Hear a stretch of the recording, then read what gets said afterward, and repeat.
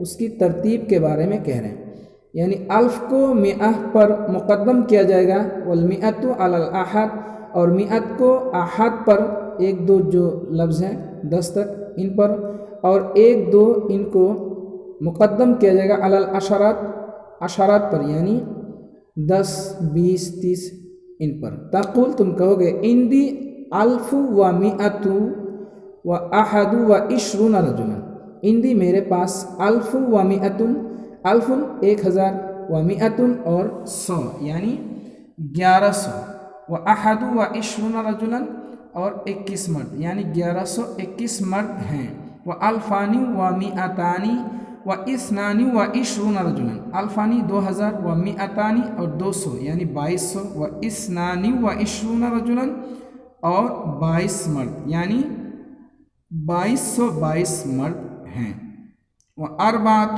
آلاف و تسعمائۃ و خمس و اربعون امرأۃ، اربعۃ آلاف 4000 و تسعمائۃ اور 900 یعنی 4900، و خمس و اربعون 45 امرأۃ عورتیں یعنی 4945 عورتیں، و علیک بالقیاس اور آپ پر قیاس ہے، یعنی قیاس کو لازم کر لینا ہے، اسی پر آپ باقی کو قیاس کریں۔ وَاعْلَمْ اور جان لیجئے ان الواحد والاثنین لا ممیز لہما، واحد اور اثنین تو ان دونوں کے لیے کوئی تمیز نہیں ہے، مطلب ان کے لیے تمیز کی ضرورت نہیں ہے، کسی بھی چیز کو ہم ایک استعمال کریں گے، جیسے رجل، رجل کا معنی ہی ہے ایک مرد، تو اس کے لیے پھر رجل واحد کہنے کی ضرورت نہیں ہے۔ لأن لفظ الممیز، اس لیے کہ لفظ تمیز یغنی بے نیاز ہے، عن ذکر العدد فیہما، ان دونوں میں عدد کے ذکر سے۔ تقول تم کہو گے عندی رجل، میرے پاس ایک مرد ہے، ورجلانی، میرے پاس 2 مرد ہیں، تو اس میں رجل واحد کہنے کی ضرورت نہیں۔